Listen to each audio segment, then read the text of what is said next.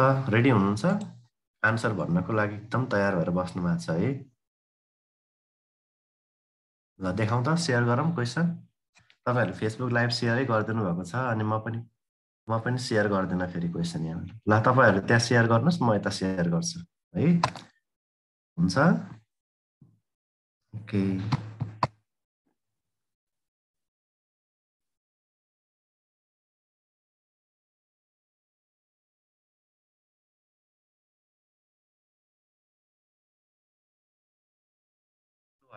Screen मोबाइलमा यहाँहरुको स्क्रिनमा हाम्रो यहाँ देखाएन क्वेसन पेपर। भोलि यस्तै देख्नुहुन्छ होला है। प्रदेश लोकसेवा आयोग गण्डकी प्रदेश हैन अनामी पदको लिखित परीक्षा मिति पनि त्यही हाल्दिएको छु है। ल स्क्रिनमा हेर्नुस् त क्वेसन पेपर देखिरहेको छ होला।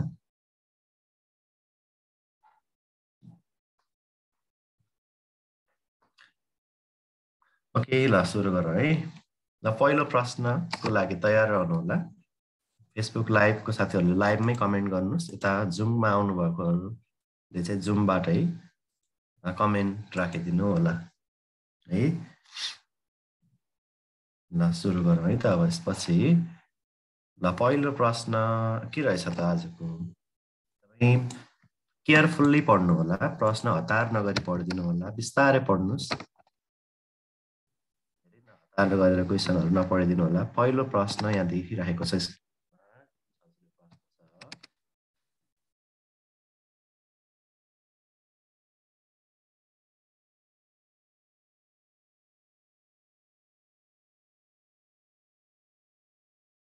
डिम्ब निष्कासन अथवा ओभुलेसन तलका मध्ये कुन हर्मोनको सक्रियताले गर्दा हुन्छ।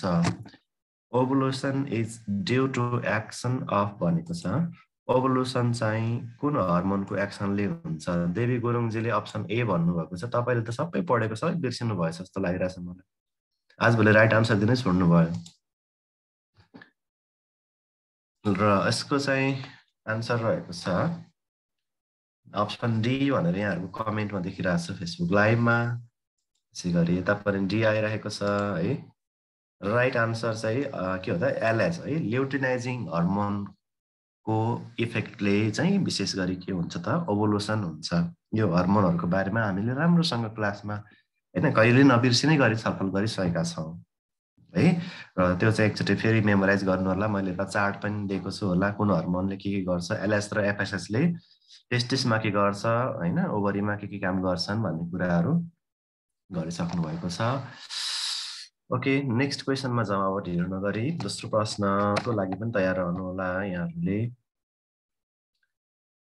क्वेशन नम्बर 2 है त। 2 मा यस्तो छ। 2 नम्बर प्रश्न रहेको छ यस्तो।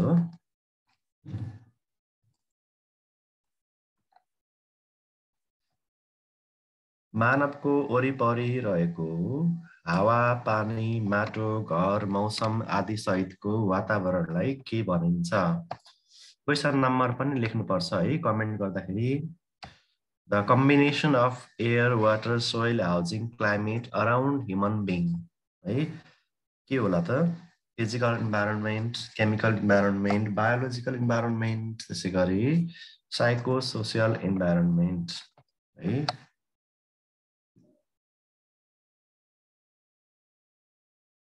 के होला त।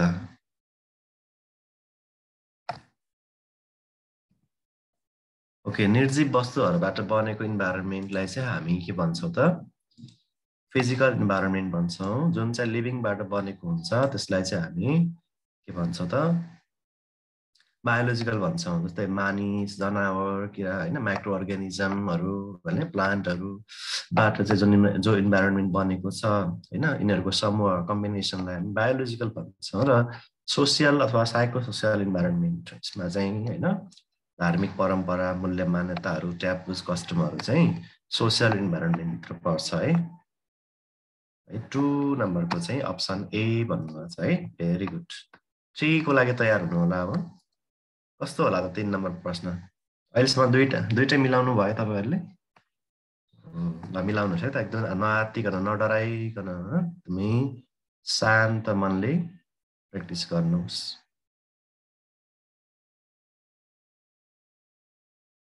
ल आइसकेको छ। आइसबर्ग डिजिजको उदाहरण तलका मध्ये कुन हो? Which of the following is an iceberg disease? तलका मध्ये आइसबर्ग डिजिज कुन हो? आइसबर्ग भनेको हामी कस्तो डिजिजलाई भन्छौँ? जुन रोग चाहिँ डायग्नोसिस हुने संख्या भन्दा लुकेर बस्ने हिडन केसहरू चाहिँ बढी हुन्छ, त्यस्तोलाई हामी आइसबर्ग डिजिज भन्छौँ, जसमा विशेष गरी नन कम्युनिकेबल डिजिजहरू चाहिँ हुने गर्छ है। र यसमा चाहिँ अब आइसबर्ग डिजिज चाहिँ के होला त? हाइपरटेन्सन जसले भन्नुभएको छ। कलेरा भन्नुभएको छ, कसले हो? कलेरा हुँदैन है। कलेरा त के हो त? कलेरा त सरेको एकैछिनमा केही घन्टामै सिम्टम देखाउँछ, अनि कसरी आइसबर्ग भयो त? यसको लागि आइसबर्ग फिनोमेना अफ डिजिज चाहिँ पढेको हुनुपर्छ तपाईँहरूले, अनि मात्रै बुझ्नुहुन्छ। आइसबर्ग फिनोमेनामा जुन डिजिजको चाहिँ सब क्लिनिकल केसहरू अथवा हिडन भएर लुकेर बस्ने संख्या धेरै हुन्छ देखिने भन्दा, यसलाई हामी आइसबर्ग डिजिज भन्छौँ। क्यान्सर, डायबिटिज, हाइपरटेन्सनहरू आदि रोगहरूलाई हामी आइसबर्ग डिजिजमा राख्न सक्छौँ है।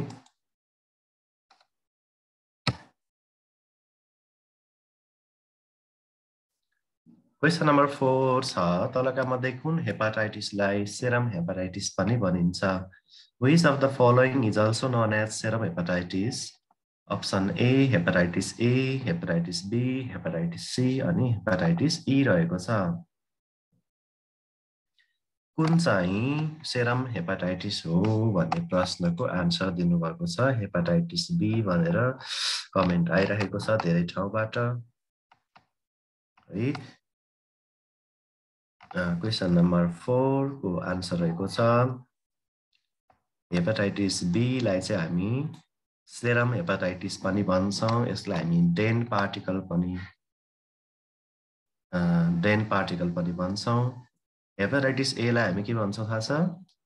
यसलाई हामी इन्फेक्सियस हेपाटाइटिस, त्यसै गरी एपिडेमिक जन्डिस पनि भनिन्छ है। र हेपाटाइटिस ई लाई हामी पोस्ट ट्रान्सफ्युजन हेपाटाइटिस पनि भन्छौँ, साइलेन्ट किलर पनि भन्छौँ। ई भनेको चाहिँ वाटर बोर्न डिजिज हो है। यसलाई हामी पानीजन्य रोगमा चाहिँ पर्ने गर्छ हेपाटाइटिस ई। ओके, 5 नम्बर हेर्नुहोस् त।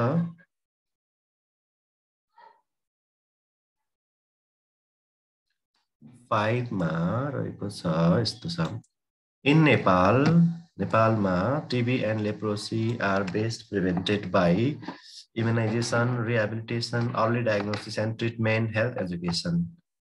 के होला त आन्सर? नेपालमा टिबी र लेप्रोसीलाई प्रिभेन्ट गर्ने सबैभन्दा बेस्ट तरिका के हो? के हो जस्तो लाग्छ? सी भन्नुभएको छ कि C early diagnosis and treatment एउटा के हो त बेस्ट तरिका हो के को लागि त? क्षयरोग र कुष्ठरोगलाई प्रिभेन्सन गर्ने है। अब क्वेसन नम्बर 6 मा यस्तो छ प्रश्न, रोगर्स मोडल अनुसार मोस्ट इन्फेक्सियस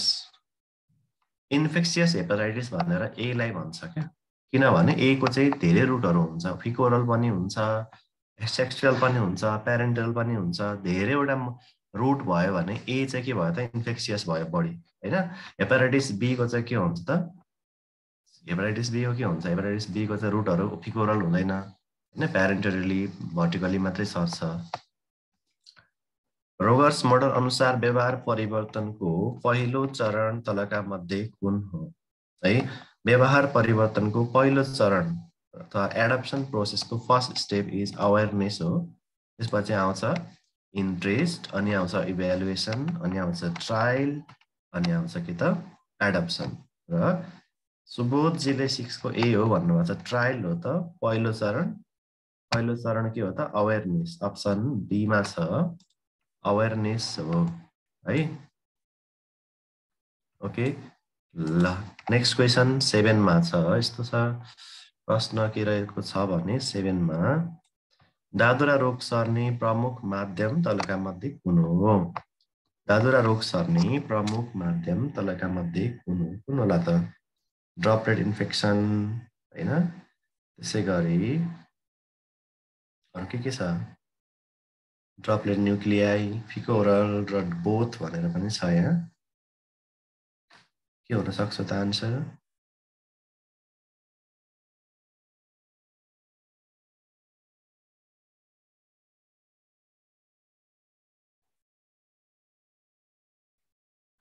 ल यो चाहिँ बोथ है त। बोथ भनेको यो ड्रपलेट न्युक्लियाबाट पनि सर्छ, ड्रपलेट इन्फेक्सनबाट पनि सर्छ। 8 नम्बर क्वेसन के छ हेर्नुस् त। 8 मा रहेको छ यस्तो हर्नियाबाट सोधेको रहेछ। सबैभन्दा बढी हुने हर्निया तलक ओपिसिन कुन हो? The commonest type of hernia. यहाँ चाहिँ नेपाली र अङ्ग्रेजी दुईटै माध्यममा क्वेसनहरु छ। तपाईहरुलाई इंग्लिशमा मात्रै पनि सोध्न सक्छ, तर कहिलेकाहीँ नेपाली इंग्लिश दुईटैमा पनि आउन सक्छ। जुन हिसाबले सोधे पनि हामीले स्वीकार्नु पर्ने हुन्छ, अरु कुनै विकल्प छैन। त्यसै कारणले गर्दा यसको बेस्ट आन्सर के हो त? कमनेस्ट हर्निया कुन हो त? कमनेस्ट हर्निया हो अप्सन ए मा छ इन्गुनल हर्निया। मेलमा भने पनि फिमेल भने पनि मेल फिमेल केही तोकेर दिएको छैन भने पनि आन्सर हुन्छ इन्गुनल हर्निया है। ओके ल गुड। यसै गरी अर्को प्रश्न क्वेशन नम्बर 9 हामी हेरौं। क्वेशन नम्बर 9 हाइड्रोसिलमा शरीरको कुन भागमा पानी जम्मा हुन्छ भनेको छ। हाइड्रोसिलमा कुन ठाउँमा चाहिँ पानी जम्मा हुन्छ? हैन, hydrocele fluid is collected in tunica vaginalis, albuginea, tunica vasculosa, tunica adventitia. कुन लेयरमा चाहिँ पानी कलेक्सन हुनु हो हाइड्रोसिल भनेको भन्दाखेरि हाम्रो टेस्टिसको लेयर एउटा के हुन्छ त? ट्युनिका भेजिनालिस पनि हो। यसको यो चाहिँ डबल लेयरको हुन्छ। यो दुईवटा ट्युनिका भेजिनालिसको बीचमा अब टेस्टिसको बाहिरी कभरिङमा चाहिँ फ्लुइड कलेक्सन भयो भने त्यसलाई हामी हाइड्रोसिल भन्छौं है। बुझिन्छ? ल नेक्स्ट क्वेशन, क्वेशन नम्बर 10 मा छ तलका मध्ये कीटाणुले गर्दा भनेर कुन हो? Which of the following is bacterial disease? Which of the following is bacterial disease? Measles, mumps, pertussis, rubella. यी मध्ये कुन चाहिँ ब्याक्टेरियल डिजिज हो त? 10 नम्बरमा यी मध्ये कुन चाहिँ ब्याक्टेरियल डिजिज हो? कुन होला त? अप्सन सी है त। पर्टुसिस के हो त? बर्डेरिला पर्टुसिस नामको ब्याक्टेरियाबाट हुने संक्रमण हो। अन्य इन्फेक्सनहरु चाहिँ भाइरसबाट हुने गर्छ। ओके, फेसबुक लाइभमा भर्खर थपिनु भएको सबैजनालाई स्वागत छ र यो लाइभलाई पनि शेयर गरिदिनु होला आफ्नो आफ्नो टाइमलाइनमा है। सबैजनालाई अनुरोध गर्दछु फेरि पनि। क्वेशन नम्बर 10 10 नम्बरमा छ। 11 नम्बरमा छ। यसपछि लाइन प्रोब एस्से है त। लाइन प्रोब एस्से तलका मध्ये कुन रोगको लागि प्रयोग गरिन्छ? एलपीए, ट्युबरक्लोसिस, लेप्रोसी, मलेरिया, त्यसै गरी फाइलेरियासिस। कुन रोगको लागि चाहिँ हामी लाइन प्रोब एस्से भन्ने टेस्ट युज गर्छौं? ओके, कमेन्ट गर्नुस्। अप्सन ए भन्नेहरु पनि हुनुहुन्छ, त्यसै गरी सी पनि आइरहेको छ, बी पनि छ। लेप्रोसी भन्नुभएको छ पदमजीले, धेरै जनाको बी सुमित्राजीले पनि बी लेप्रोसी भन्नुभएको छ है। के लाग्छ त? धेरै जनाको लेप्रोसी आइरहेको छ। ओके, यहाँहरुले यदि अहिले ट्युबरक्लोसिसको रिसेन्ट गाइडलाइन पढ्नु भएको छ भने हामी अहिले जुन के रे प्रिभियसली ट्रिटेड बिरामीहरुलाई सुरुमा रिफाम्पिसिनको सेन्सिटिभिटी टेस्ट गर्छौं र रिफाम्पिसिन रेसिस्टेन्ट आयो भने त्यसलाई रिफर गरिहालिन्छ। र रिफाम्पिसिन सेन्सिटिभ आयो भने त्यसपछिको स्टेप हाम्रो भनेको लाइन प्रोब एस्से गर्ने हो, जसले चाहिँ आइसोनियाजिटको कन्डिसन चाहिँ बताउँछ। आइसोनियाजिट चाहिँ सेन्सिटिभ छ कि छैन भनेर चाहिँ चेक गर्ने भनेर एलपीए गर्ने। मैले ट्युबरक्लोसिस तपाईहरुलाई कम्युनिकेबल डिजिजमा पढाएको छु, त्यतिखेर यो कुरा आएको थियो है। राइट आन्सर हो त कि त ट्युबरक्लोसिस है। ट्युबरक्लोसिसमा चाहिँ हामी एलपीए बाट चाहिँ विशेष गरी लाइन प्रोब एस्सेबाट आइसोनियाजिटको चाहिँ सेन्सिटिभिटी जाँच गर्दछौँ है। ओके ल 11 पछि 12 मा छ क्वेशन नम्बर 12 यस्तो छ है त।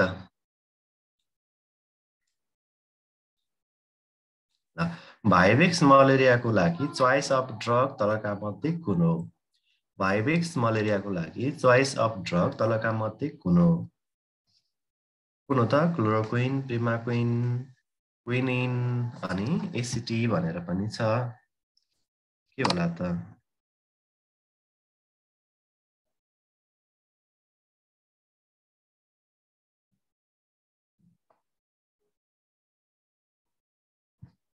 ओके अप्सन ए भन्नुभएको छ हैन।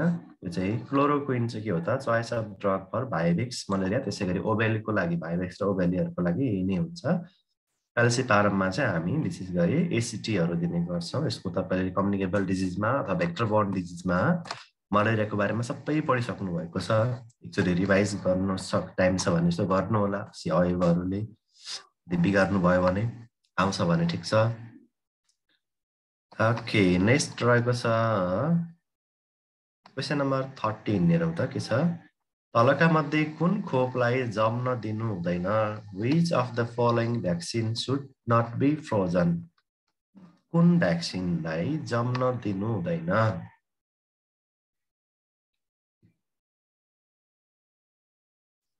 कुन भ्याक्सिनलाई?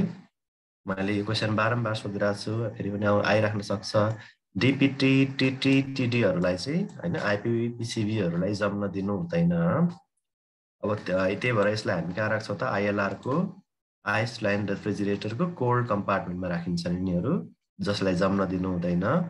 और हजुर हजुर ओपीबी लाई हामीले ओपीबी त हिट सेन्सिटिभ हो नि, माइनसमा पनि राख्छ नि। -15 देखि -25 ओपीबी नै हो, जमे पनि फरक पर्दैन, केही फरक। ओपीबी त के हो त? माइनसमा राख्ने हो नि त, माइनसमा राखेपछि जम्दैन त।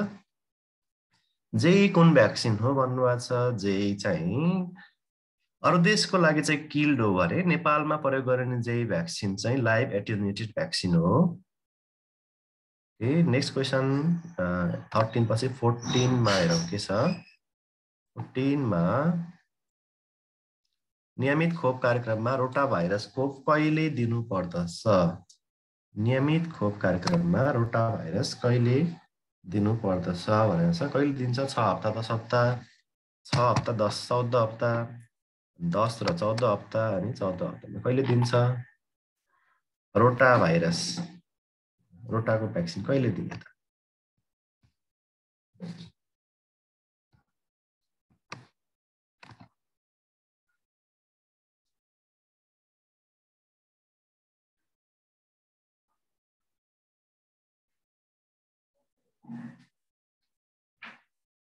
ओके अप्सन ए भन्नुभएको छ 6 हप्ता र 10 हप्तामा दिइन्छ हैन।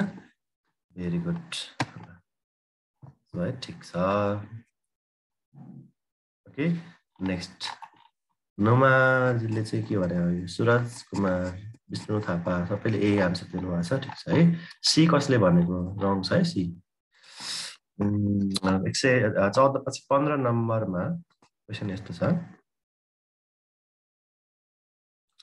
तलका मध्ये कुन पानीमा खनिजको मात्रा सबैभन्दा बढी हुन्छ है? कुनमा बढी हुन्छ?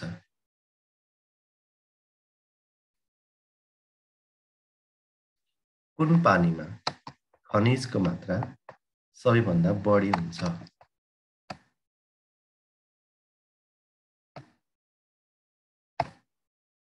रेन वाटर, सरफेस, जमिन मुनिको कुनमा त? अप्सन सी भन्नुभएको छ। जमिन मुनिको पानीमा चाहिँ के हुन्छ त? बढी पाइन्छ है। ओके ल ठीक छ। नेक्स्ट क्वेशन नेक्स्ट यस्तो छ है त। क्वेशन नम्बर 16 मा स्यानिटरी ओइल र आवास बीचको दूरी बढीमा कति हुनुपर्छ है? त्यसै गरी 15 मिटर, 50 मिटर, 75 मिटर अनि 100 मिटर। के होला त आन्सर? 15 मिटर भन्नुभएको छ धेरैजनाले। ओके 15 मिटर, 15 मिटर कमेन्ट गर्नुहोस् त 50 फिट नभन्नु न फिटमा अप्सन छ त यहाँ भएको अप्सन चाहिँ आन्सर गर्नु न कमेन्ट त्यसलाई फिटमा किलोमिटरमा चेन्ज नगर्नुहोस् हैन जे अप्सन छ त्यही आन्सर मात्रै कमेन्ट गर्नु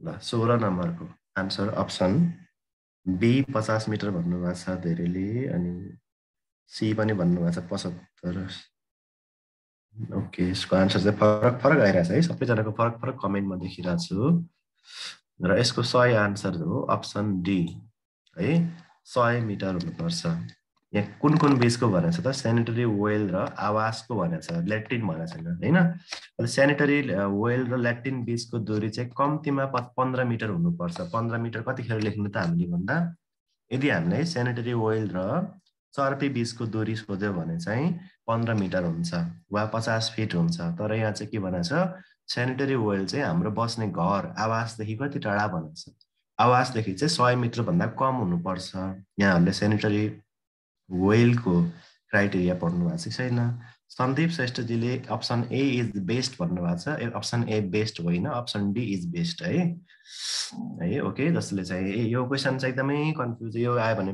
झुक्क्याउन सकिन्छ होला सक्नुहुन्छ होला प्रश्न अलिकति बुझ्नुपर्छ हो ओके त्यस कारणले गर्दा सेनिटरी वेल र आवासको भनेको छ है त फेरि पनि भन्छु सेनिटरी वेल र आवासको दूरी चाहिँ 100 मिटर भन्दा टाढा हुनु हुँदैन कम हुनुपर्छ र तपाईले ल्याट्रिन र सेनिटरी वेल बीचको अथवा चर्पी र वेलको दूरी सोध्यो भने चाहिँ त्यो चाहिँ कम्तीमा 15 मिटर टाढा हुनुपर्छ है ओके 150 मिटर पनि छ सर भन्नुभएको छ त्यो कसले भन्यो तपाईलाई त्यसैलाई सोध्नु हैन के पारको प्रिभेन्टिभ एन्ड सोशल मेडिसिन अनुसार चाहिँ 100 मिटर यसको सही उत्तर हुन्छ ओके कतिले मिलाउनु भयो त मलाई लाग्छ यो क्वेसन धेरैले बिगार्नु भयो होला सजिलो क्वेसन जाने जाने बिग्रिने भनेको चाहिँ यस्तै हो के भएर भने आफूले क्वेसन नबुझेर पहिलो कुरा क्वेसन स्पष्ट नपढेर हतार गरी पढ्छौं त्यसको अर्को कुरा भनेको चाहिँ प्रश्नले सोध्न खोजेको कुरा एउटा हुन्छ तपाईले बुझ्नु भएको हुन्छ अर्कै जस्तै यहाँ उले सोध्न खोजेको छ वेल र आवास बीचको दूरी बढीमा भनेको छ कम्तीमा भनेको छैन 15 मिटर सोध्नु पर्यो भने कम्तीमा कति टाढा हुनुपर्छ भनेर सोध्छ त्यो बढीमा 100 मिटर भन्दा टाढा हुनु हुँदैन भनेको म्याक्सिमम 100 मिटर हुनु पर्यो है त्यस कारणले गर्दाखेरि क्वेसन अलिकति ध्यान दिएर पढ्नुपर्छ उसले सोध्न खोजेको आन्सर क्वेसन उसले आशय के हो प्रश्नको आशय जसले बुझ्छ उसले मात्रै आन्सर दिन सक्छ नभए गाह्रो छ है गाह्रो क्वेसन त होइन सजिलै हो है ल अर्को नेक्स्ट 16 पछि 17 मा जाउँ हामी इंग्लिशमा भएको भए त राइट हुन्थ्यो हुँदैन थियो इंग्लिशमा झन् गाह्रो हुन्छ तिमीलाई त्यही भएर नेपालीमा हाल्दिएको इंग्लिशमा झन् कन्फ्युज हुन्थ्यो तरल अवस्थाको फोहोर जसमा मानव मलमूत्र मिसिएको हुँदैन त्यसलाई के भनिन्छ यो चाहिँ इंग्लिशमा पनि छ है त liquid waste without containing human excreta is called sludge sewage है सलेज अनि गार्बेज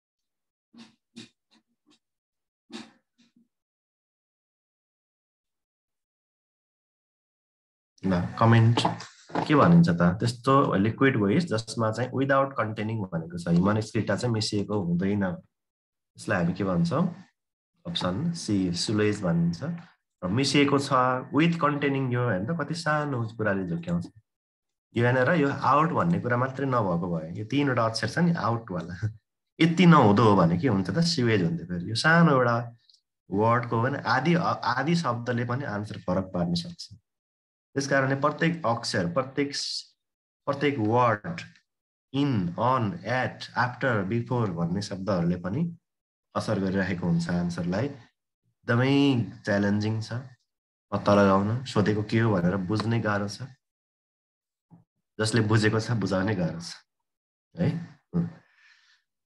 18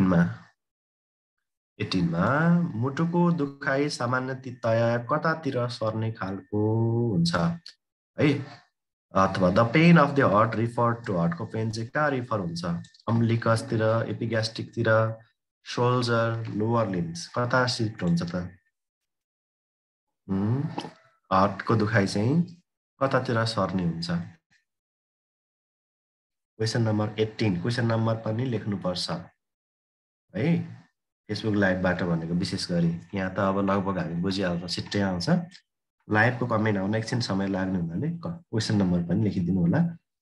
ओके, यसको आन्सर हो सोल्जर है। सोल्जरतिर अथवा विशेष गरी राइट लेफ्ट सोल्जरतिर जान सक्छ, रेडिएट हुन सक्छ है। सोल्जरतिर चाहिँ रेडिएट हुने अर्को पनि पेन छ, जस्तै कोलिसिस्टाइटिस छ भने पनि राइट सोल्जरतिर के हुन्छ, पेन रेडिएट हुन्छ।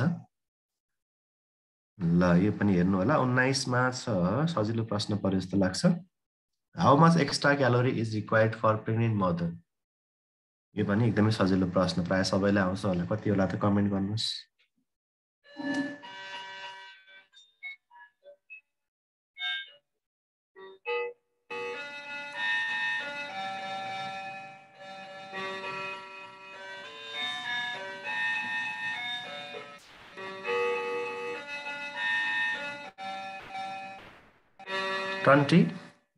भिटामिन डी सबैभन्दा बढी केमा पाइन्छ? Liver, milk, sunlight, halibut, liver oil. यीमा त 20 को खै त कमेन्ट, छिटो छिटो छिटो। ओके, डी भन्नुभएको छ, हालिबुट लिभर ओइल यसको सही उत्तर हो। 21 हेर्नुहोस् त, तलका मध्ये लेक्चर मेथड कुन अन्तर्गत पर्दछ? सोक्रेटिक, डिडेक्टिक, नन भर्बल अनि भिजुअल कम्युनिकेसन। लेक्चर मेथड चाहिँ कस्तो मेथड हो?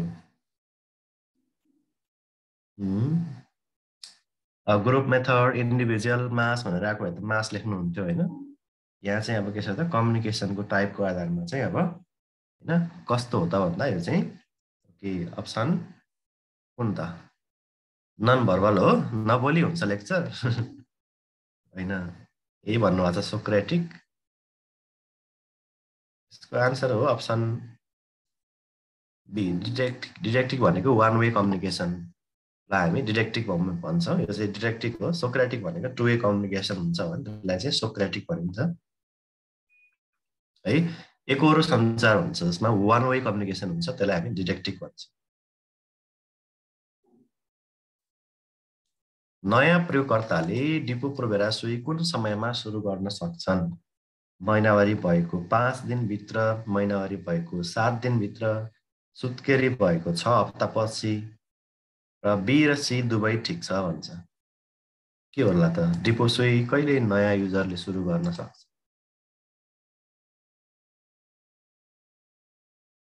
कहिले त? ओके, बी र सी दुवै।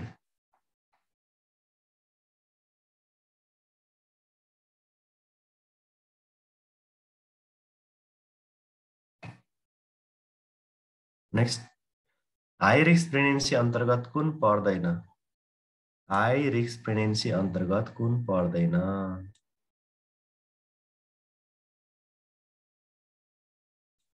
हाई रिस्क प्रेग्नेन्सी अन्तर्गत कुन पर्दैन? हाइट अफ मदर 140 भन्दा कम छ मदरको height, poor weight gain, RS positive mother, breech presentation भनेको छ। के होला त? आरएस पोजिटिभ हुनु, ब्लड ग्रुप पोजिटिभ हुनु चाहिँ हाई रिस्कमा पर्दैन है। So answer C.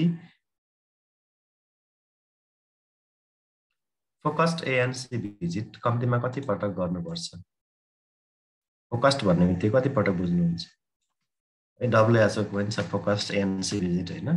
नेपालको त्यो 4 पटक भनेको के हो त? फोकस्ड एएनसी भिजिट हो। त्यस कारणले गर्दा 4 भिजिटलाई हामी फोकस्ड एएनसी भिजिट भन्छौँ है, 4 पटक। यहाँ फोकस्ड भनेर नझुक्किनु होला है। त्यो चाहिँ कम्तीमा 4 पटक गर्भजाच्नुपर्छ। डब्लुएचओको अनुसार भनेको छ भने मात्रै 8 लेख्ने हो।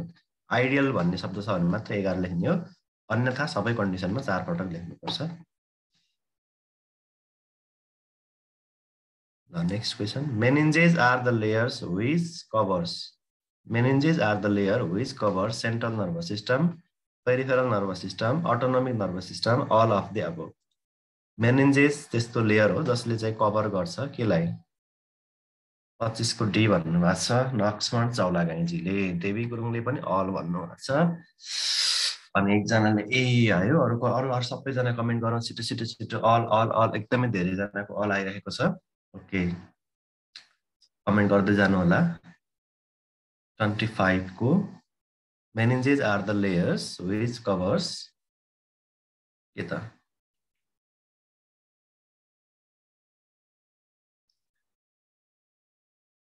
क्वेसन नम्बर लेखौँ है 25 को। यसको सही उत्तर रहेको छ अप्सन ए सेन्ट्रल नर्भस सिस्टम है, जसमा के पर्छ ब्रेन र स्पाइनल कर्ड। भनेपछि मेनिन्जेसले ब्रेन र स्पाइनल कर्डलाई मात्र के गर्छ कभर गर्छ। पेरिफेरल भनेको क्रिनियल नर्भ स्पाइनल नर्भलाई कभर गर्छ त गर्दैन नि त। अटोनोमिक नर्भस सिस्टम पनि त्यही नर्भहरू हो हैन। लक्ष्मण के भयो? कन्फ्युज भयो? मेनिन्जेस भन्ने बित्तिकै ब्रेन र स्पाइनल कर्डलाई मात्रै कभर गर्छ है, त्यस कारणले गर्दा सिएनएस। सजिलो प्रश्न हो, गाह्रो छैन। 26 केही छैन, यस्तो हुन्छ एक दुईवटा कहिलेकाहीँ, हुँदैन ल। Concept of primary health care arises from primary health care है, अराइजेस फ्रम पिएचसी को कन्सेप्ट कहाँबाट आयो त है? Ottawa charter, Jakarta declaration, Alma आटा conference, 9th world health assembly. PHC को कन्सेप्ट कहाँबाट चाहिँ सुरु भयो? Question number 16। क्वेसन नम्बर पनि लेख्नुहोस् है, क्वेसन नम्बर पनि लेख्नुहोस्। अल्मा आटा कन्फरेन्सबाट पिएचसी को चाहिँ सुरुवात भएको थियो है, होइन? ल 1978 मा। त्यसै गरी अर्को छ क्वेसन यस्तो छ है त। तलका मध्ये कुन औषधिको प्रयोग गर्दा मुटुको गति तीव्र हुन्छ? Which of the following drug increases heart rate? 26 हुनुपर्ने 16 भएछ। यो 26 है। 26 सम्झिने, यसलाई 27। अप्सनहरू छ एट्रोपिन होइन, त्यसै गरी एड्रिनालिन पनि छ हामीसँग अप्सनमा होइन, अनि त्यसपछि साल्बुटामोल पनि छ, अनि माथिका सबै पनि छ। के लेख्नु त? कुन औषधिले चाहिँ हार्ट रेट बढाउँछ जस्तो लाग्छ? एट्रोपिन, एड्रिनालिन, साल्बुटामोल कि अल? ओके, माथिका सबैले बढाउँछ है। 28 तलका मध्ये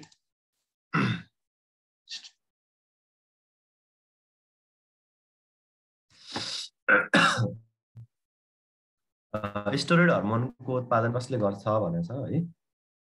स्टेरोइड हर्मोनको उत्पादन कसले गर्छ? किडनी, थाइरोइड, पिट्युटरी, त्यसै गरी एड्रिनल। कसले चाहिँ स्टेरोइड हर्मोन उत्पादन गर्छ?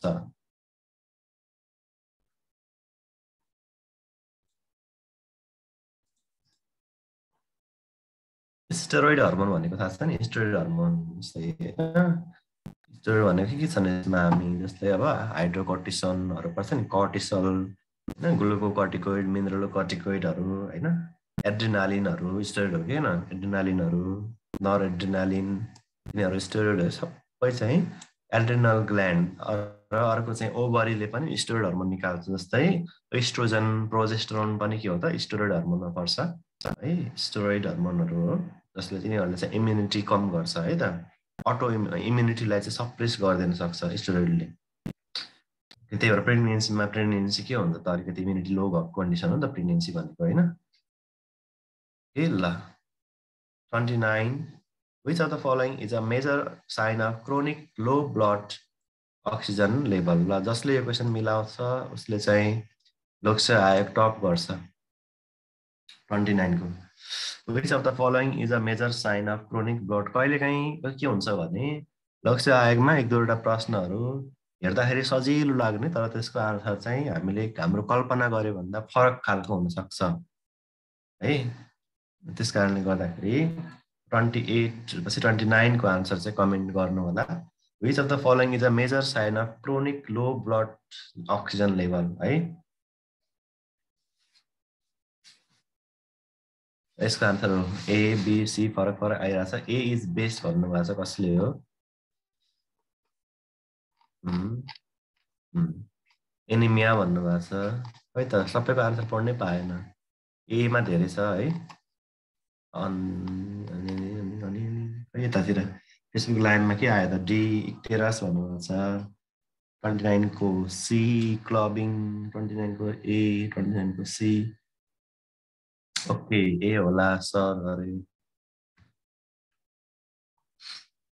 लक्ष्मण चौलागाई डी भन्नुभएको छ इक्टेरस। टेरस भन्नुभएको छ इक्टेरस। ल अब आन्सर सुन्नु है त। ओ एक्युट अवस्थामा अक्सिजन कम भयो, कार्बन डाइअक्साइड बढ्यो भने एक्युट कन्डिसनमा चाहिँ साइनोसिस देखा पर्छ। र लामो समयदेखि उसको ब्लडमा चाहिँ अक्सिजनको लेभल कम हुँदै गयो भने, जस्तै हार्ट डिजिज र लङ्सको डिजिजहरू अक्सिजन पुर्याउने कस्तो काम हो त, मुटुले फोक्सोले होइन, र त्यसले गर्दाखेरि चाहिँ यसको आन्सर चाहिँ क्लबिङ हुनुको मेन प्याथोफिजियोलोजी के हो त भने, लामो समयदेखि हाम्रो ब्लडमा चाहिँ अक्सिजनको कमी भइराख्यो भने क्लबिङ देखा पर्छ। विशेष गरी हार्ट डिजिज र लङ्स डिजिजहरूमा क्लबिङ हुन्छ नि, त्यही भएर अक्सिजन पुर्याउने काम कसको त, हार्ट डिजिज र लङ्स। यदि तपाईँको साइनोसिस होइन, साइनोसिस भनेको त कार्बन डाइअक्साइड बढ्ने हो, अक्सिजनसँग मतलब भएन नि त यहाँ होइन। डिअक्सी हेमोग्लोबिन बढ्यो भनेको साइनोसिस हुने हो त होइन, अथवा रिड्युस हेमोग्लोबिन बढ्नु भनेको साइनोसिस हो। सो अक्सिजन कम हुने बित्तिकै साइनोसिस हुन्छ भन्ने हुँदैन, कार्बन डाइअक्साइड बढी हुनु पर्यो, कार्बन डाइअक्साइड बढ्नु पर्यो। अर्को कुरा भनेको चाहिँ हाम्रो बडीमा डिअक्सी हेमोग्लोबिन लेभल बढ्नु पर्यो, त्यसपछि साइनोसिस हुन्छ। सो जसले यसको आन्सर चाहिँ क्लबिङ लेख्नुहुन्थ्यो उहाँको चाहिँ मिल्छ, किनभने यो एकदमै कहिलेकाहीँ सजिलो प्रश्नहरू, हामीलाई सिम्पल साइनोसिस, एनिमिया, क्लबिङ यो त एकदमै माइनर कुराहरू हो नि त, तर यसमा सामान्य कुराहरू चाहिँ हामीले थाहा हुँदैन, सानो सानो कुरा थाहा हुँदैन। यो भनेको सजिलो भएर नआएको हो, हामीले गाह्रो पढाएको छौँ तर सजिलो थाहा छैन, त्यही भएर सजिलो कुराहरू चाहिँ।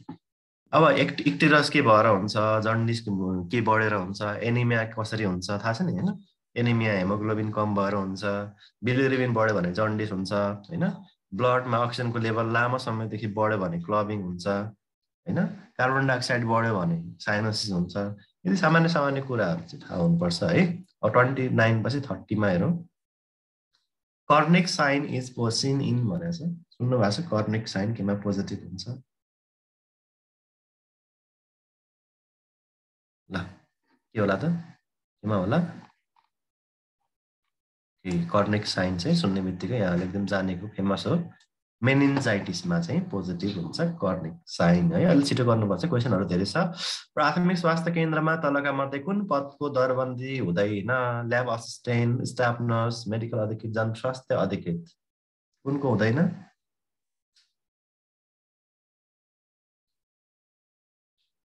कुनको?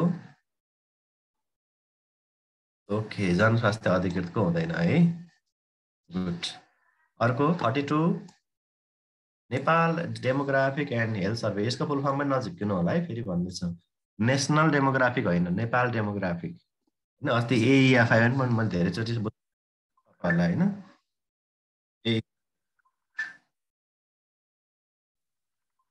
एकछिन ल, यो फोन आयो,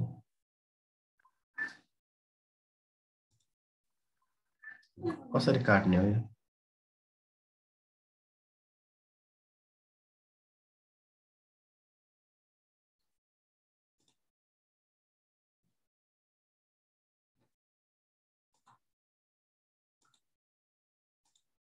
कहाँ गएछ? देखियो? Okay, NDHS Nepal demographic and health survey होइन, नेपाल है, नेसनल होइन। यसको अनुसार चाहिँ न्युनेटल मोर्टालिटी रेट कति छ भने हो 32मा, कति छ त हाम्रो न्युनेटल? 21/1000 लाइभ बर्थ छ।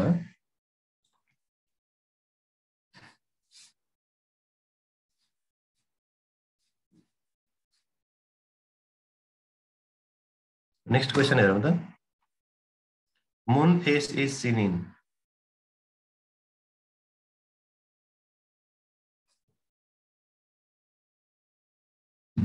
मुन face is seen in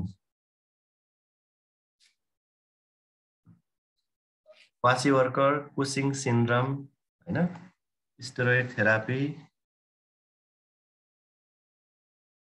कुसिङ kwashiorkor, all पनि छ। केमा चाहिँ मुन फेस हुन्छ होला त? एकदमै सोचेर आन्सर लेखौँ है, एकदमै सोचेर।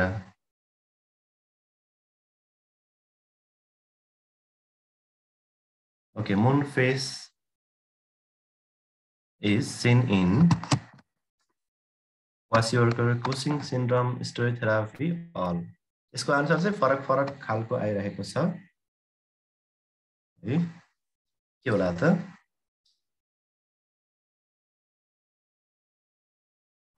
त्यहाँ फेसबुक लाइभबाट कमेन्ट आउनै छोड्यो। 43 को ए भन्नु भएको छ है, र धेरैजनाको चाहिँ आन्सर पाइरहेको छु मैले अप्सन के त option A A okay okay okay quasi worker भन्नुभएको छ है तर यसको आन्सर हो अल अफ द एबभ सबै हो अल हो अल कुसिङ सिन्ड्रोममा पनि मुन फेस हुन्छ स्टेरोइड थेरापी लामो समयदेखि स्टेरोइड थेरापी लिने मान्छेको पनि फेस चाहिँ मुन फेस हुन सक्छ है र त्यस कारणले गर्दाखेरि आन्सर रहेको छ डी अल कसले मिलाउनु भयो कसको मिल्यो र कसको बिग्रियो कस्तो सजिलो हेर्नु त मुन फेस भन्ने बित्तिकै हामी त आँखा चिम्लेर क्वासी वर्कर लेखेर आउँथ्यौँ होइन इक्जाममा है मुन फेस भन्ने बित्तिकै क्वासी वर्करमा मात्र हुँदैन त्यस कारणले गर्दाखेरि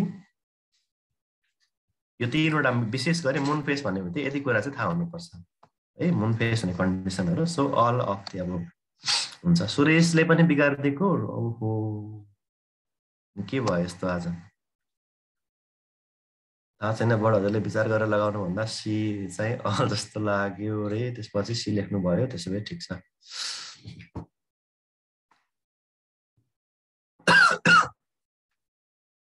ओके नेक्स्ट मुन फेस याद भयो ल नेक्स्ट क्वेसन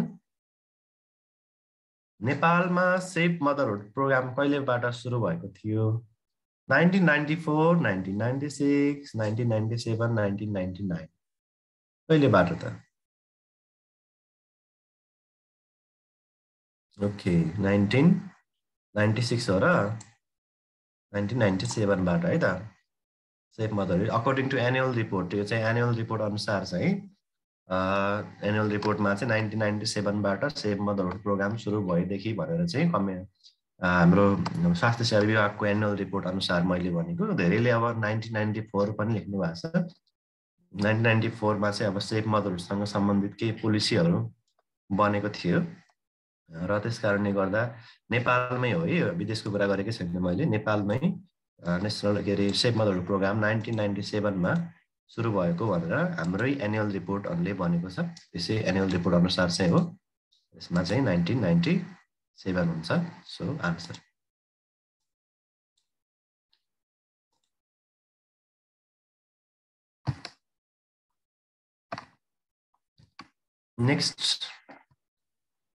नेक्स्ट यस्तो छ choice of IP fluid for rehydration in बर्नमा चाहिँ चोइस अफ आइपी फ्लुइड के हो त रिहाइड्रेसनको लागि नर्मल स्लाइन रिङ्गर्स ल्याक्टेट 5% डेक्स्ट्रोज हेमासिल के होला त एकदमै सजिलो र धेरै पटक बारम्बार सोधिने प्रश्न पनि हो है कलेराको लागि भने पनि हैन बर्नको लागि सोधे पनि रिहाइड्रेसनको लागि इलेक्ट्रोलाइट ब्यालेन्सको लागि रिङ्गर्स ल्याक्टेट होइन है which of the following born is एकै ठाउँमा बर्नको क्वेसन पर्दैछ which of the following born is usually painless कुन बर्न चाहिँ युजुअली के हुन्छ पेनलेस हुन्छ फर्स्ट सेकेन्ड थर्ड फोर्थ कुन डिग्री होला त भन्नु त ल comment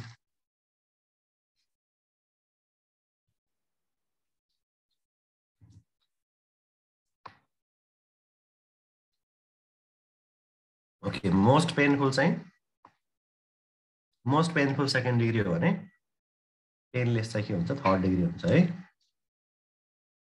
37 the term menorrhagia refers to menorrhagia भन्नाले के बुझिन्छ short menstrual cycle long menstrual cycle heavy menstrual bleeding अनि इरेगुलर ब्लिडिङ के होला त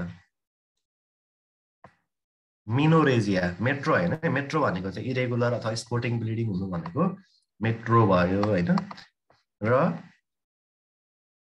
हेभी मेन्स्ट्रुअल ब्लिडिङ 38 तलका मध्ये सिसामोइड बोनको एक्जाम्पल कुन हो स्टर्नम पटेला क्लेविकल स्क्यापुला कुन चाहिँ सिसामोइड तलका मध्ये कुन चाहिँ सिसामोइड बोन हो स्टर्नम ए बीमा पटेला क्लेविकल स्क्यापुला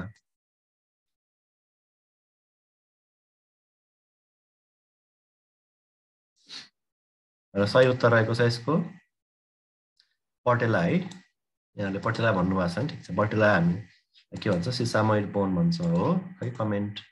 ओके गुड। नेक्स्ट, किडनीले सबै रगतलाई छान्न कति समय लाग्छ? 4 minute, 7 minute, 10 minute, 12 minute. Okay, comment गर्नुहोस् कति मिनेटमा सबै रगत फिल्टर गर्न सक्छ? 4 मिनेट है।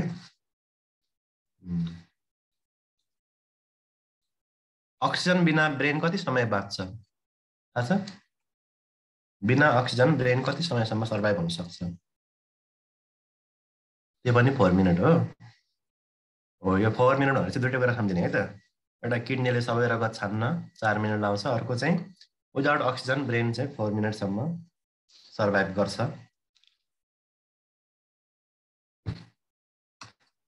नेक्स्ट,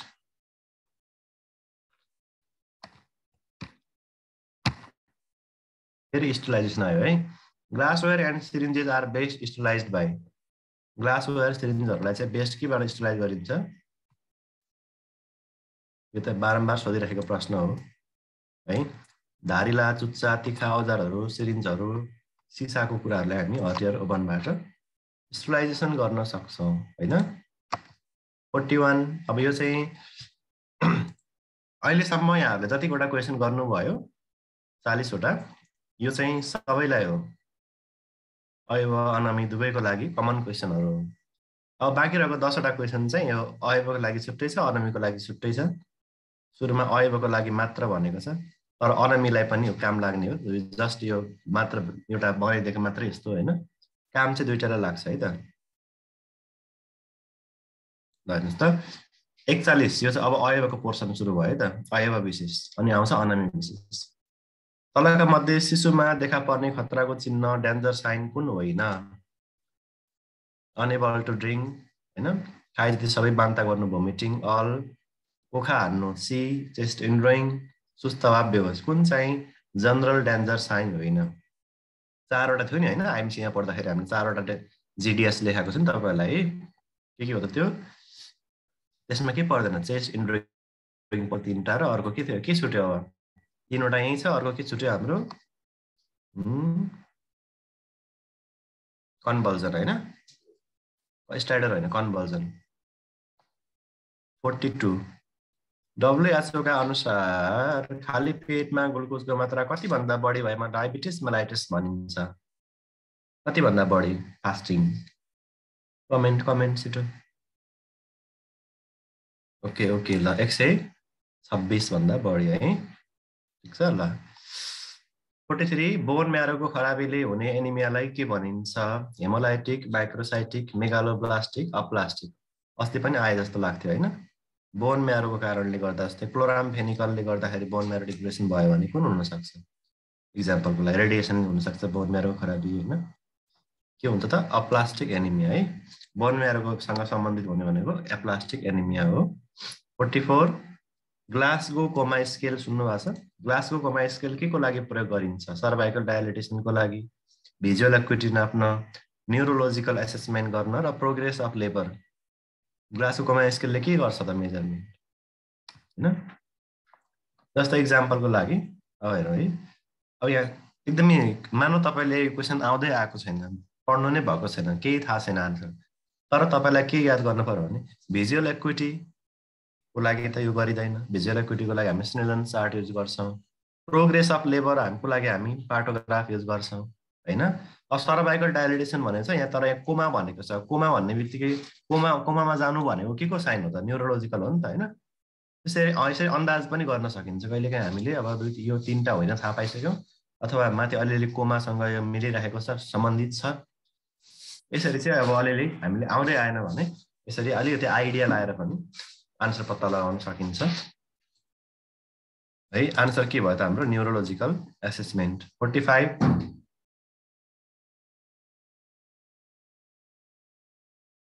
यस्तो छ। स्वास्थ्य सेवा ऐन अनुसार स्वास्थ्य सेवाका कर्मचारीले अध्ययन विधा प्राप्त गर्न सेवा अवधि कम्तीमा कति पुरा गर्नु पर्दछ? 2 वर्ष, 3 वर्ष, 5 वर्ष, 1 वर्ष? कति पुरा गर्नुपर्छ? अध्ययन विधा पाउनलाई कति वर्ष चाहिँ जागिर खानुपर्छ? सेवा अवधि पुरा गरेको हुनुपर्छ। 5 वर्ष भन्नुभएको छ। अरु कमेन्ट गरौँ।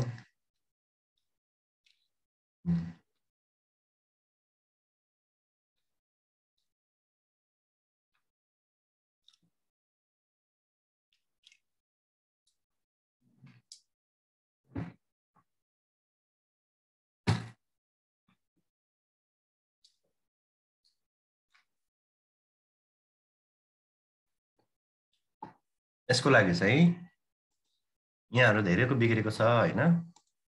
ल के भयो स्क्रिन शेयर? यसको आन्सर हो 3 वर्ष। कम्तीमा 3 वर्ष सेवा अवधि चाहिँ पुरा भएको हुनुपर्छ। जसमा कम्तीमा त्यो 3 वर्षमा पनि अति दुर्गम हो भने 1 वर्ष बसेको हुनु पर्यो। वा अति दुर्गम बसेको छैन भने 3 वर्षमा 2 वर्ष दुर्गम चाहिँ बसेको हुनु पर्यो। 1 वर्ष अति दुर्गम वा 2 वर्ष चाहिँ दुर्गममा चाहिँ बसेको हुनुपर्छ। र स्वास्थ्य सेवा ऐन अनुसार अध्ययन विधा प्राप्त गर्न 3 वर्ष सेवा अवधि प्राप्त गर्नुपर्छ। असाधारण विधा लिनलाई चाहिँ 5 वर्ष सेवा अवधि पुरा भएको हुनुपर्छ। तर असाधारण विधा लिएर अध्ययन गर्ने हो भने चाहिँ हैन, अध्ययनको लागि असाधारण विधा लिने हो भने 2 वर्ष पाइन्छ। सुन्नुस् है, सामान्यतया अध्ययन विधा पाउनु, अध्ययन विधा भनेको सेवा अवधि जोडिन्छ नि त, तर असाधारण विधामा सेवा अवधि जोडिदैन। त्यसकारणले गर्दाखेरि सेवा अवधि जोडिने खालको अध्ययन विधा चाहिन्छ भने 3 वर्ष पुर्याउनु पर्छ। तर असाधारण विधा लिनु पर्यो भने 5 वर्ष कुर्नुपर्छ। तर अध्ययनको लागि असाधारण विधा लिएर पढ्ने हो भने चाहिँ 2 वर्षमै पाइन्छ है। यो चाहिँ अब यसको लागि तपाईले कतिले मिलाउनु भयो त? 3 वर्ष कतिले लेख्नु भएको थियो? एकदम सिम्पल क्वेशन हो नि त हैन? एक्ट एन्ड रेगुलेसन त जान्नु पर्छ। के होला त आन्सर? यहाँहरुले के लेख्नु भयो? कसको बिग्र्यो? मेरो, मिल्यो। कसको चाहिँ बिग्र्यो भनेको? बिग्रेमा अनुभव गर्यो त सजिलो प्रश्न। ल ओके, सुनिता, तुला धेरैको बिग्रेछ है। नुमाको पनि बिग्र्यो। ल ल अब थाहा पायो नि त हैन? ल next, which of the following sign usually not observed in eyes?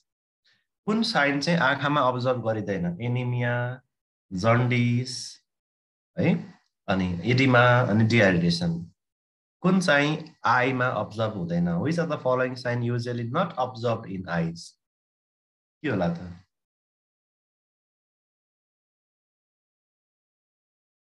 के जस्तै एनिमिया हेरिन्छ आँखामा, जन्डिस हेरिन्छ, डिहाइड्रेसन सङ्कन आइ हुन्छ नि त हैन? डिहाइड्रेसनमा आँखा। इडीमा चाहिँ विशेष गरी हेरिदैन। अब कहिलेकाहीँ क्यापिल इडीमाहरु स्पेशल इन्स्ट्रुमेन्ट युज गरेर हेर्यो भने मात्रै हो, नभए अब आइ बाहेक अरु सबै कुरा जस्तै एनिमिया, जन्डिस, डिहाइड्रेसन इडीमा त जहाँ पनि हुन सक्छ नि त। विशेष ठाउँ भनेको आइको लागि, एनिमियाको लागि, जन्डिसको लागि, डिहाइड्रेसन हेर्ने मेजर साइट हो नि त आँखा। त्यसकारणले गर्दा एडीमा बाहेक है त। यसको आन्सर चाहिँ के भयो त? हाम्रो नट भनेको चाहिँ एडीमा। मिल्थ्यो एक्जाममा आएको भए? सजिलो प्रश्न हो नि है, आउने खालको हो के नि क्वेशन, आउने खालको छ है। Next,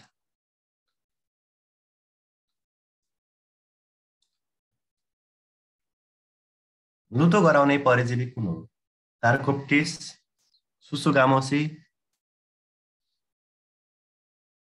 Phlebotomus, सेसेफ्लाई। कुन चाहिँ लुतो गराउने अर्गानिजम हो? कुन त? सार्कोप्टिस है, सार्कोप्टिस स्क्याबी हैन? सार्कोप्टिस स्क्याबिज ले के गराउँछ? यसलाई हामी इस्माइट पनि भन्छौं। ए अप्सन भन्नु भएको छ, तपाईहरुको मिलेको छ। अर्को हेरौँ हामी 48 मा पसको लोकलाइज कलेक्सनलाई के भनिन्छ? पसको लोकलाइज कलेक्सनलाई के भनिन्छ? एब्सेस भनिन्छ।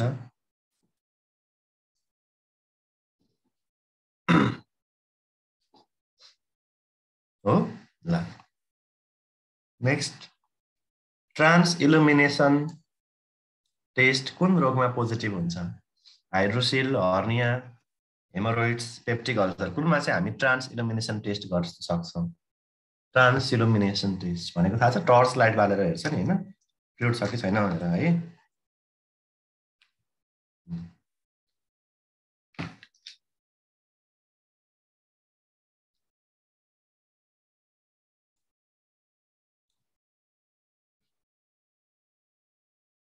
हाइड्रोसिलमा है। Last question, normal position of primary पाइल्सको नर्मल पोजिसन कुन हो? 2 3 5 o'clock 3 7 11 3 6 9 6 9 12। पाइल्सहरू चाहिँ घडीको कुन पोजिसनमा चाहिँ आउँछ देखा पर्छ हाम्रो एनएसलाई घडी सम्झिने, अनि घडीको 3 7 11 कहाँ हुन्छ थाहा छ तपाईँलाई? त्यस्तै एनएसको पनि कुन पोजिसनमा कुन साइडमा चाहिँ प्राइमेरी पाइल्सहरू देखा पर्छ भन्दा बिसी फरक फरक आइरहेछ। राइट आन्सर के त 3 7 11 है। 3 7 11 3 हुने ठाउँमा 7 हुने ठाउँमा र 11 हुने ठाउँमा चाहिँ हेमोरोइड्स चाहिँ देखा पर्न सक्छ। यो चाहिँ अयवको है। अनामीको पनि गर्ने हो कि भयो? 50वटा पुग्यो कि आफै पढ्ने? आज गरम कि नगरम भयो? मसँग पनि समय कमै छ,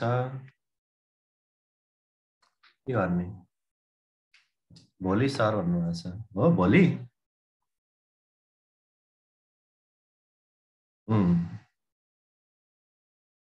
भोलि गर्ने?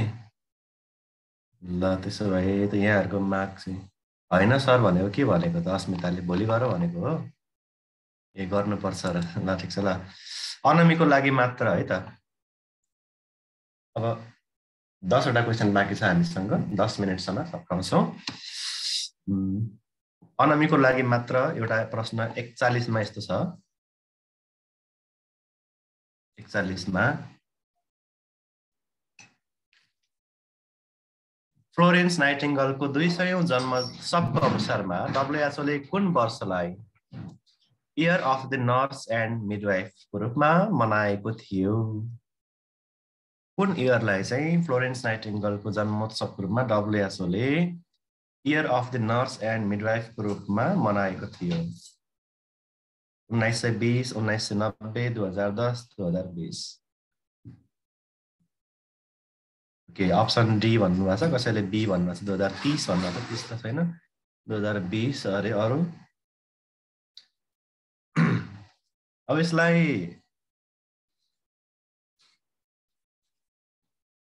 के गर्ने भने जस्तै अब मानव तपाईँलाई थाहा छैन होइन, नो आइडिया भन्नुभएको छ नि।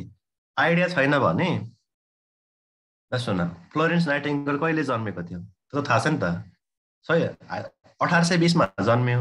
200औं जन्म जयन्ती भन्दा 1820 मा 200 जोड्नु न, कति हुन्छ? सिम्पल छ नि त।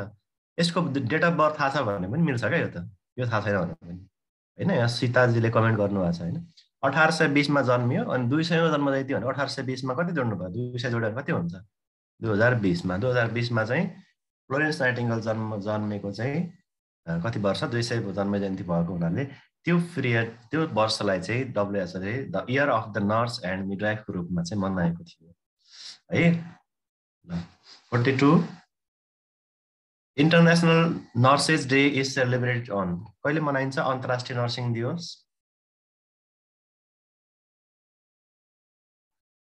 कहिले मनाइन्छ?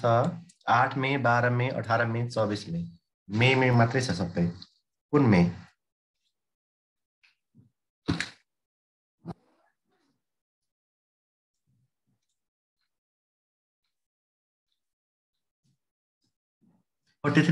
नर्सिङ प्रोसेसको पहिलो चरण कुन हो?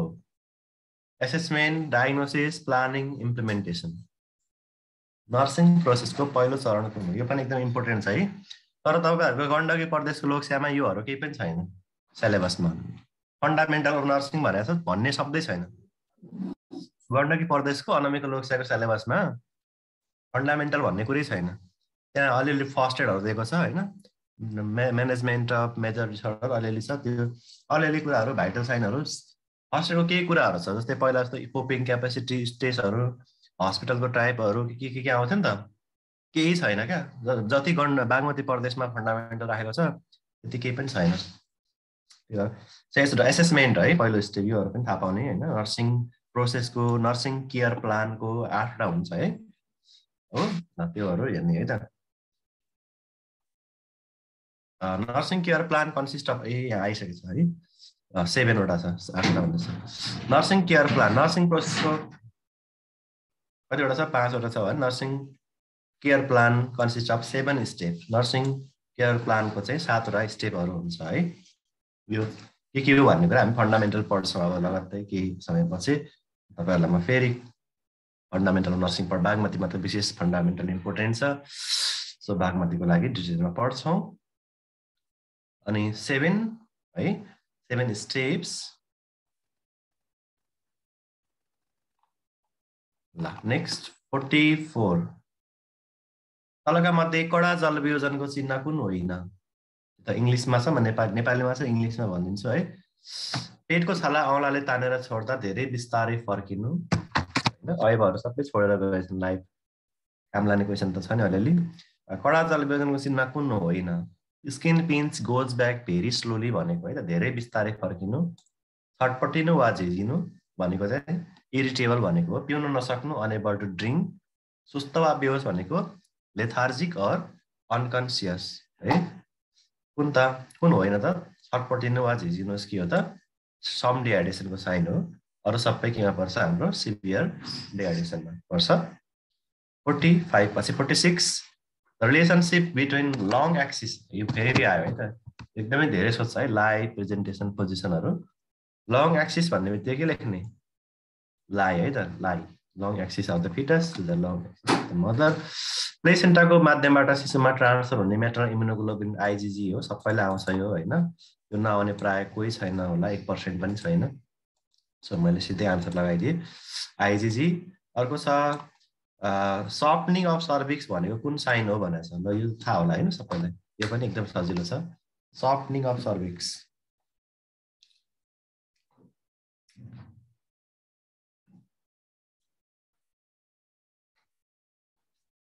के हो त गुडेल्स साइनलाई हामी सफ्टनिङ अफ सर्भिक्स भन्छौँ युटेरस कति हप्ताको गर्भपछि छाम्न सकिने अथवा पाल्पेबल हुन्छ uterus become palpable after 6 week 8 week 12 weeks 16 हप्ता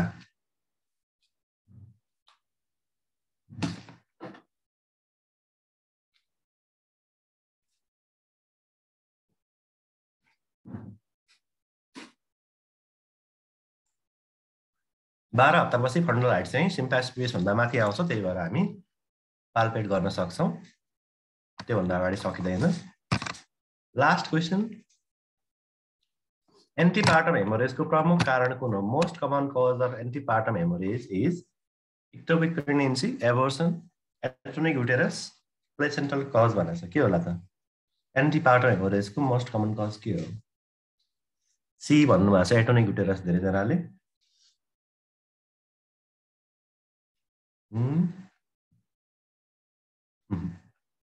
एपीएच को के होला त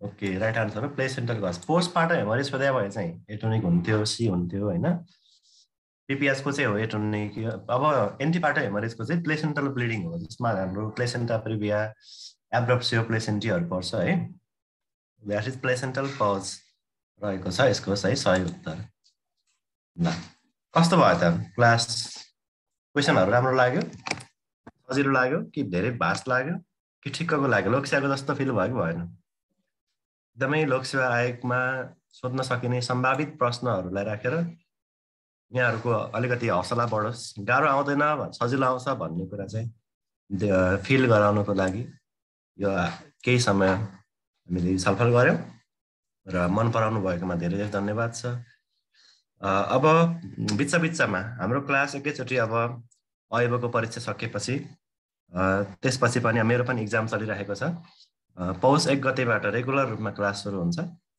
त्यस कारणले गर्दाखेरि अब त्यति बेलासम्म हामी बिचमा क्वेसनहरू एमसीक्यू यसरी नै लिएर आइराख्ने छौँ अयबको लागि पनि आउँछ बिचमा अर्थात् तपाईहरु चाहिँ अनमिला मात्र हो हामीलाई होइन नसम्झिनु होला समय मिलाएर जुनसुकै बेला अयबको लागि पनि आउन सक्छ क्वेसनहरू त्यसकारणले गर्दा हेर्दै गर्नु होला ग्रुपहरू पेजहरू है र भोलि बिहान सबैजनाको लागि मैले अस्ति क्लासमा जति कुराहरू सिकाएको छु ओरिएन्टेसन जति धेरै आइडिया टिप्सहरू जति शेयर गरेको छु त्यो कुराहरूलाई स्मरण गरेर मनन गरेर हैन आफ्नो भविष्य हो भनेर सम्झेर नझुकिएर के भन्छन् अब सबै कुराहरू फलो गरेर इक्जाम दिएर आउनु होला राम्रो भए पनि ठिक छ, नराम्रो भए पनि ठिक छ, र धेरै मिलाएर पनि नाम निस्किन्छ भन्ने ग्यारेन्टी हुँदैन, किनभने हामीले लेखेकै आन्सर लोकसेवाको आन्सर सिटमा हुन्छ भन्ने हुँदैन। त्यस कारणले गर्दाखेरि हामीले लेखेकै कुराहरू त्यहाँ नहुने हुनाले चाहिँ धेरै मिलाएर खुसी भएर ढुक्क भएर नपढी बस्ने पनि होइन होइन। इक्जाम बिग्रिहाल्यो अब दिन्न अब भन्ने कुरा पनि हुँदैन। अब राम्रो भए पनि नराम्रो भए पनि पढाइ चाहिँ निरन्तर दिनुपर्छ। हरेक प्रदेशमा लोकसेवा खोल्ने तयारीमा छ। यदि अब अवस्था सामान्य रह्यो भने कोभिड-19 ओमिक्रोन भाइरसको अवस्थाले अब के गर्छ कि भन्ने अलिकति सम्भावना पनि छ। तर हामीले आफ्नो पढाइलाई चाहिँ निरन्तरता दिनुपर्छ। भोलि बिहान यहाँहरू सबैजनाले लोकसेवा आयोगको अनामीको परीक्षाको लागि सफलताको शुभकामना दिँदै आजको लागि म पनि बिदा भएँ। यहाँ शुभरात्रि। Thank you very much.